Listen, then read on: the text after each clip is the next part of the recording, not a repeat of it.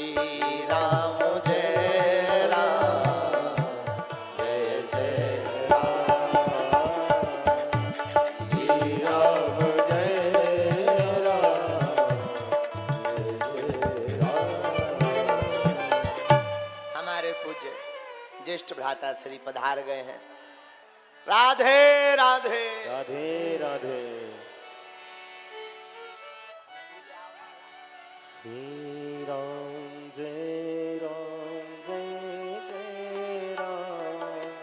सिया राम जय जय सिया राम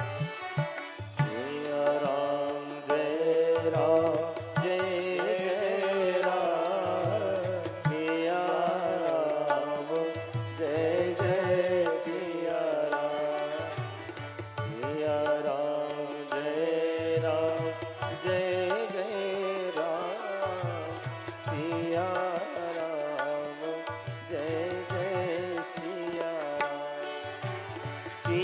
राम जय राम जय जय राम सिया राम जय जय सिया राम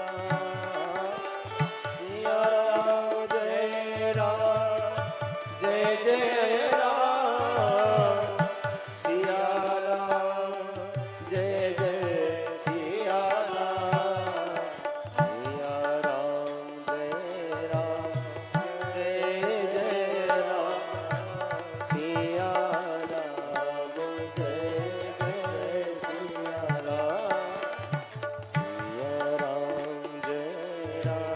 जय राम सिया राम जय जय सिया राधे राधे बोलना पड़ेगा राधे राधे। जोर से और जोर से और जोर से। पूज्य श्री श्रद्धेय धर्म रतन शांति दूत पूज्य हमारे ज्येष्ठ भ्राता श्री ठाकुर जी पधार गए हैं इस कथा में, और आज मानो श्री धाम वृंदावन ही चल करके आ गया हो। हमें पूज्य मलुक पीठ वाले महाराज जी ने एक कथा बताई थी, एक बात बताई थी, वो बहुत ही आपको देख करके याद आ जाती है। पूज्य श्री मलुक पीठ वाले महाराज जी कहते थे, वृंदावन के कोई भी एक ब्रजवासी तुम्हें स्वीकार कर ले या किसी भी ब्रजवासी तुमसे नाता जोड़ ले तो ये मान लेना साक्षात श्री ठाकुर जी ने तुमको स्वीकार कर लिया है। ये पूज्य महाराज जी की वाणी। तो हम तो हमारे जीवन में वैसे तो हम 6 भाई हैं, उन भाइयों में बड़े भाई हमारे ये हैं, और केवल वाणी में नहीं, मंच तक नहीं, हृदय से भी डांटने का अधिकार, डांट भी देते, समझा भी देते, लाड़ भी बहुत करते, प्यार भी बहुत करते, दुलार भी बहुत करते। सच बताएं हम बहुत भाग्यशाली हैं, आपके जैसा जो बड़ा भाई हमको प्राप्त हुआ है। श्री प्रियाकांत जो सरकार की और श्री बागेश्वर बालाजी, हम व्यासपीठ पर बैठकर यही प्रार्थना करते, काऊ की नजर ना लगे, और जो नजर लगावे वाले है उनकी ठटरी बरे हैं। हाँ। तो आज कथा में आप पधारे, कल भोपाल में ही आपकी कथा पूरी हुई, और एक और आपने दिव्य संकल्प इस भारत के लिए दिया। एक जमाना और आज एक ऐसा जमाना है, और एक समय ऐसा था जहां युवाओं बच्चे थिएटरों में जाकर के, डिस्को में जाकर ठुमका लगाते थे, लेकिन आपने एक ऐसी क्रांति, एक ऐसी लहर स्थापित की है कि अब युवा राधे राधे बोलकर श्रीधाम वृंदावन जा रहे हैं। यहाँ आधे से ज्यादा बच्चे ऐसे बैठे होंगे जिन्होंने आपको देख करके कंठी माला और तिलक लगाना प्रारंभ किया। किन किन ने देखा ऐसा? हाथ उठा के बताओ। हाँ, बूढ़े भी उठा सकता, आप भी भूतपूर्व जवान ही हो। हाँ हाँ, बूढ़े भी। हाँ, अब जो आपके समय में जो युवान रहे होंगे वो अब बेचारे बूढ़े हो गए, तो अब भूतपूर्व जवान होंगे वो। तो आपने एक अद्भुत क्रांति फैलाई, और आपने कल एक बड़ा दिव्य संकल्प लिया। उस संकल्प की कल हम रात से अकेले में भी सराहना कर रहे हैं, भगवान से प्रार्थना कर रहे हैं। आपने संकल्प लिया कि जब तक कृष्ण जन्मभूमि भी अयोध्या की भांति नहीं सज जाएगी तब तक आप इस देश में जगह जगह आंदोलन करेंगे। कौन कौन इस, वैसे हम भी शामिल हैं इसमें, हम भी चाहते हैं कि अयोध्या तो सज गई, अब मथुरा बाकी है। ऐसे मानो अयोध्या तो झांकी थी, मथुरा बाकी है। कौन कौन है इस आंदोलन में तैयार? पक्का झूठ तो नहीं बोल रहे, मौदे की तो नहीं कर रहे हैं, बब्बा जो नहीं था टंगे हैं ऊपर, अब ही लफड़ा हो जाए। तो आज बड़ा ही सौभाग्य है। कल आपने कहा कि आप आओ पहले भोपाल, वहीं से फिर ये संकल्प लेते हैं। और भोपाल अपने मध्य प्रदेश की राजधानी राजा भोजपाल की नगरी से ही यह दिव्य संकल्प उठा है। और हमें भगवान पर भरोसा है, एक दिन ऐसा आएगा आपकी जीत होगी और भगवान कृष्ण का दिव्य मंदिर भी बनेगा। तो पूज्य श्री भी पधारे, हमारे एक भैया और विराजमान हैं बगल में, पूज्य श्री विजय भैया जी। आप श्री प्रियाकांत जी मंदिर शांति सेवा धाम के सब कार्य देखने वाले हैं। भगवान आपके ऊपर भी कृपा बनाए, ऐसी भगवान से हम प्रार्थना करते। अब आगे की कथा बढ़ाने के पहले हम पूज्य भैया से प्रार्थना करेंगे कि अपने आशीर्वचन और राधे राधे, हाँ, इसके बाद फिर आगे की कथा हम लोग करते हैं। बोलो वृंदावन बिहारी। अरे डेस्क का है, हाँ माइक, अच्छा खड़े। बोलिए बागेश्वर महाराज की जय, श्री बालाजी महाराज की, श्री सन्यासी बाबा की, साधु जी, साधु जी, राधे राधे। देखो सुनो, हम धीरे सुनने के आदी नहीं है, न धीरे बोलते न धीरे सुनते, चकाचक बोलते और चकाचक सुनते। क्या बोलना पड़ेगा? राधे राधे। क्या बोलना पड़ेगा? व्यासपीठ पर विराजमान मेरे प्यारे प्रिय, अभी व्यासपीठ पे विराजमान है, इसलिए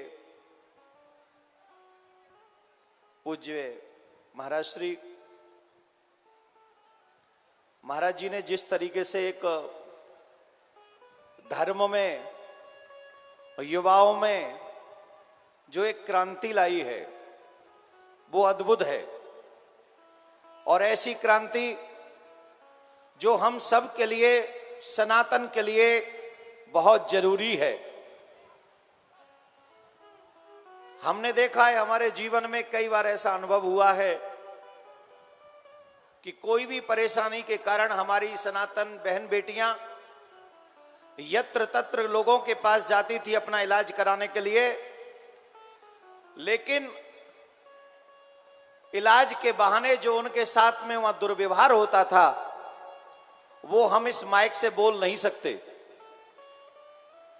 और हम इस बात से बहुत प्रसन्न हैं कि बालाजी महाराज अपनी कृपा हमारे भैया पर, अनुज पर इतनी की हुई है कि आप लोगों के कष्टों का निवारण करते हैं और बंद कमरे में नहीं करते हैं, कथा पंडाल में करते हैं, कैमरों के सामने करते हैं। इसमें कुछ छिपाने योग्य नहीं है। जो लोग कहते हैं कि ये अंधविश्वास फैला रहे हैं, कमरे में बैठे हुए लोग क्या जाने कि विश्वास किसको कहते हैं और अंधविश्वास किसको कहते हैं। जिन्होंने कभी अपने माँ बाप पे, अपने धर्म पे, अपने भगवान पे विश्वास न किया हो, उन्हें क्या पता बालाजी का विश्वास क्या होता है। जो एक जगह पर बैठकर कहते कि I don't believe in God, मैं भगवान को नहीं मानता। तो जब तुम भगवान को ही नहीं मानते तो फिर चमत्कार को कैसे मानोगे, हनुमान जी की कृपा को कैसे मानोगे? क्योंकि तुम्हारी नजर में तो हनुमान जी है ही नहीं। और जिनकी नजर में नहीं है वो नहीं जान पाएंगे कि बालाजी क्या है, कृपा किसको कहते हैं। जय जय जय हनुमान गोसाई, कृपा करो गुरुदेव की नाही। कौन ऐसा है जो हनुमान जी की कृपा को ठुकरा सकता है? कोई भी नहीं। जीता जागता सबूत हमारे मध्य में व्यासपीठ पर विराजमान हमारे पूज्य भाई श्री है, जो हमारे अनुज हैं, जो बागेश्वर धाम बालाजी महाराज की कृपा के पूर्ण कृपा पात्र हैं, जो आज हमारे मध्य में। देखिए ना, यहां से जहां तक जा रहे नजरें सरीसर नजर आ रहे हैं। अब जिनकी खो पड़ी, किसी के होता है सर और किसी की होती है खो पड़ी। सर तो झुकने के लिए है, पर जिनकी खोपड़ी, खोपड़ी का मतलब है जो खोई पड़ी, वो है खोपड़ी। जिनकी खो गई है और कहीं पड़ी है, वो क्या जानेंगे कि बालाजी महाराज का क्या कृपा है और क्या चमत्कार है। परख सकती नहीं रत्न को हर इंसान की आंखें, परख सकती नहीं रत्न को हर इंसान की आंखें। दिखाई हनुमत क्या देगा जब न हो जब तक ज्ञान की आंखें। मैं बार बार व्यासपीठ को नमन करता हूं।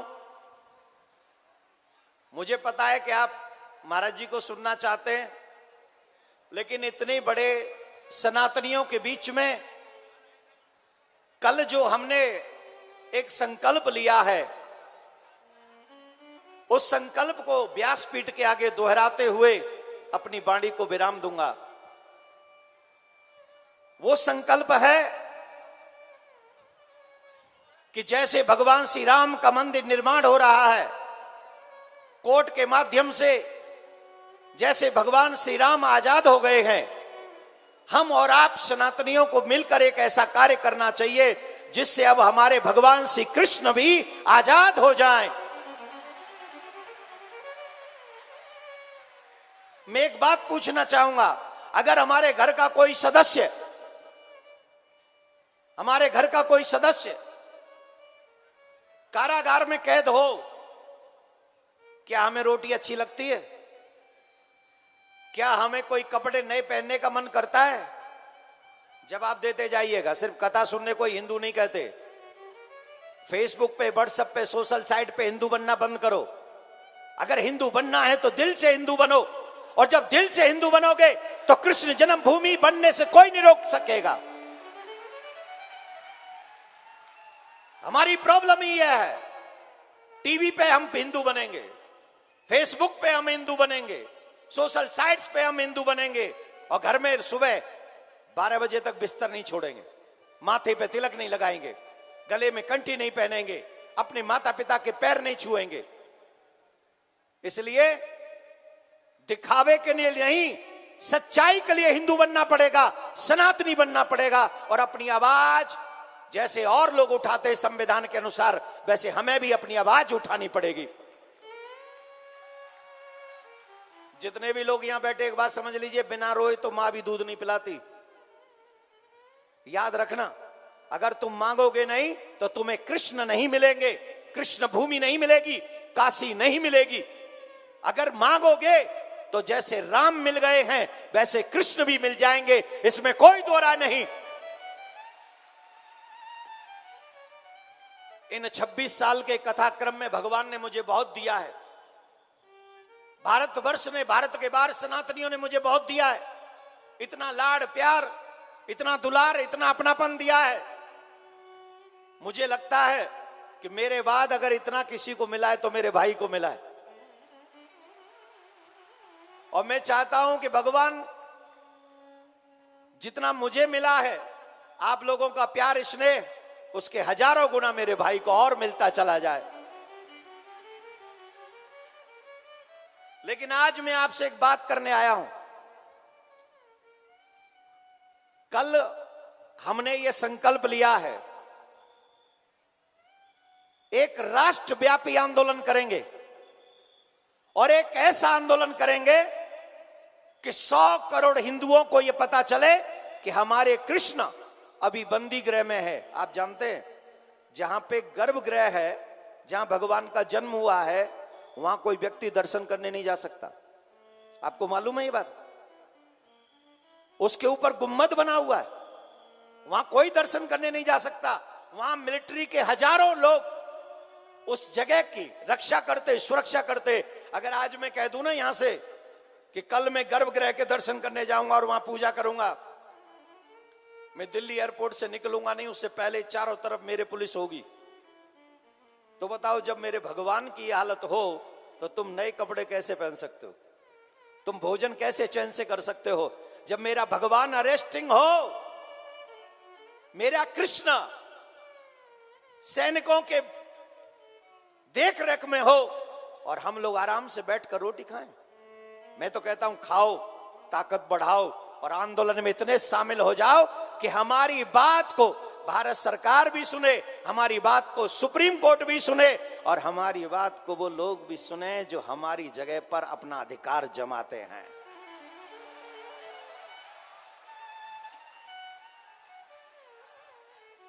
जोर से बोलना पड़ेगा। जो बोला करो जोर से बोला करो, धीरे मत बोला करो। दुल्हनों का अभी ब्याह हो के आया, बोलोगी तो सास लड़ोगी, सास लड़ जाएगी तुमसे। अरे इतने जोर से बिंदास बोलो कि तुम यहां बोलो और आवाज 57 कंट्रियों में पहुंच जाए कि अब हिंदू जाग रहा है, सनातनी जाग रहा है। इतनी जोर से आवाज होनी चाहिए तुम्हारी।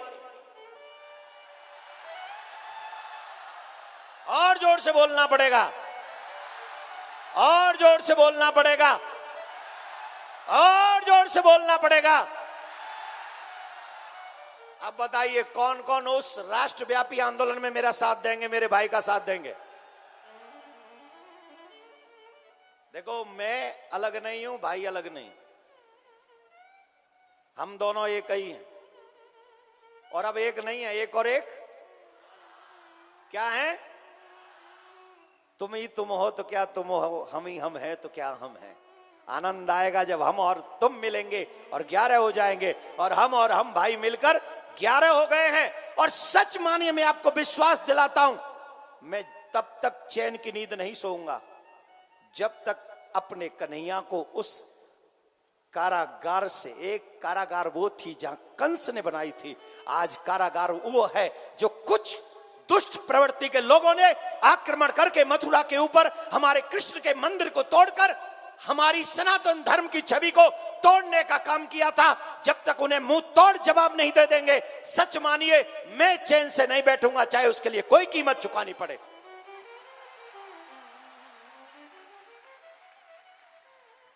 आप सभी से एक प्रार्थना कर रहा हूं भैया के सामने, ट्विटर पे, फेसबुक पे, जिस जिस सोशल साइट्स पे आप हो, अपने नाम के पीछे सनातनी लिखना प्रारंभ कर दो और आज से तैयारी शुरू कर दो कि जब भी राष्ट्रव्यापी आंदोलन होगा कृष्ण जन्मभूमि के लिए, हम अपने जीवन का कुछ महत्वपूर्ण समय अपने कन्हैया और कन्हैया की आजादी के लिए अवश्य लगाएंगे। ऐसा संकल्प करके यहां से जाना।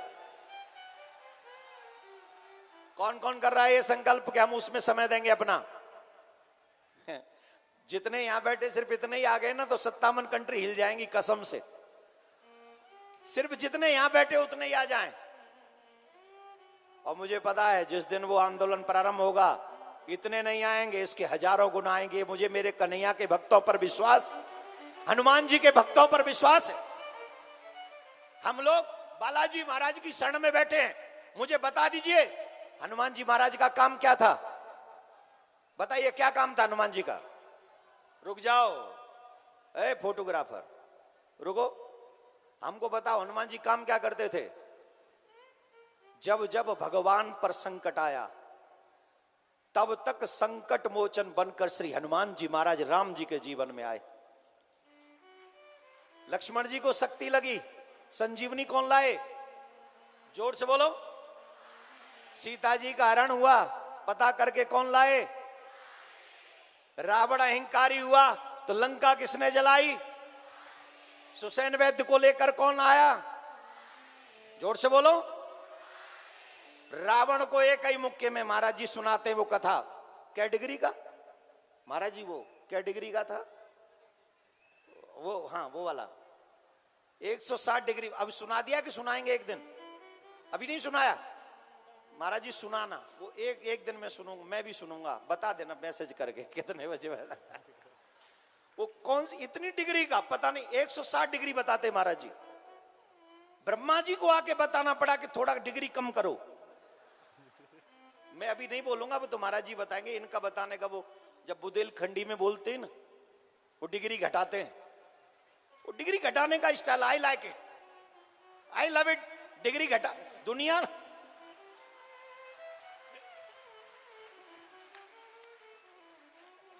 दुनिया डिग्री बढ़ाने को लाइक करती है और मैं इनके डिग्री घटाने वाले स्टाइल को सीरियसली आई लव इट। बहुत अच्छा लगता है वो जब आप बताते, वो भी बुंदेलखंडी भाषा में। अब हम इनके बागेश्वर धाम में हमने कथा की थी और वहां हमने एक शब्द सुना था महाराज जी के मुंह से, ठटरी। और बाद में हमने सुना वो ठटरी भी एक अजीब चीज हो गई है बाद में। तो हनुमान जी महाराज जिन्हें ब्रह्मा जी ने आके कहा कि अपनी डिग्री कम करो, रावण में एक मुक्का मारा तो रावण को ब्रह्मांड दिख गया था। जब राम जी को भरत जी को संदेश देना था तो संदेश लेके सबसे पहले कौन गए? जोर से बोलो। इसका मतलब जानते हो, जब भक्त को जरूरत पड़ती है तो भगवान सेवा करने पहुंच जाते हैं, और जब भगवान को किसी चीज की जरूरत होती है तो हनुमान सेवा करने के लिए पहुंच जाते हैं। तो मेरा कहने का अभिप्राय यह है कि कृष्ण जी के कार्य को करने के लिए हम सबको हनुमान जी का कृपा पात्र बनना पड़ेगा। अर्जुन बनकर एक ऐसी लड़ाई लड़नी पड़ेगी जिस लड़ाई में हम अपने कृष्ण को आजाद कर सके, मुक्त कर सके, जो सबको मुक्ति देने वाला है। हम संसार के इन बंधनों में जो कुछ लोगों ने हमारे भगवान को बंदी बना रखा है, हमें इसमें कार्य अवश्य करना होगा। और याद रखना, दो दल होंगे, एक पांडवों का दल होगा और एक कौरवों का दल होगा। ये हमें और आपको सुनिश्चित करना है कि हमें पांडवों के दल में खड़ा होना है कि हमें कौरवों के दल में खड़ा होना है। लड़ाई एक बार फिर होगी, महाभारत एक बार फिर होगा, कृष्ण का सुदर्शन एक बार फिर चलेगा और वो सुदर्शन चक्र फिर से एक बार सत्य की विजय करवाएगा और पुनः धर्म जीतेगा और पुनः हमारे सनातनी आजादी में अपने कन्हैया की पूजा मथुरा में चलकर करेंगे। इसमें कोई दो राय नहीं। लेकिन ये तभी संभव होगा जब हम और आप एक स्वर में आवाज लगाएंगे, कृष्ण को आजादी के लिए एक राष्ट्रव्यापी आंदोलन चलाएंगे। और ये सब संभव है। आपसे एक बात कहकर अपनी वाणी को विश्राम दूंगा। न पद चाहता हूं, न प्रतिष्ठान चाहता हूं, न पद चाहता हूं, न प्रतिष्ठान चाहता हूं। जो सुरक्षित हो आने वाली पीढ़ी, मैं ऐसा हिंदुस्तान चाहता हूं, मैं ऐसा हिंदुस्तान चाहता हूं। व्यासपीठ को बार बार नमन। अधिक समय लिया उसके लिए व्यासपीठ से भी क्षमा और आप सब जनता जनार्दन से भी मैं क्षमा चाहता हूं। एक बार प्यार से बोलना पड़ेगा मेरे प्यारे। ना जी ना, आपको जोर से बोलना पड़ेगा और जोर से बोलना पड़ेगा। अब बैठ जाइए, ये मत करिए, आप शांति से बैठ जाइए, वहीं बैठ जाइए प्लीज। राधे राधे।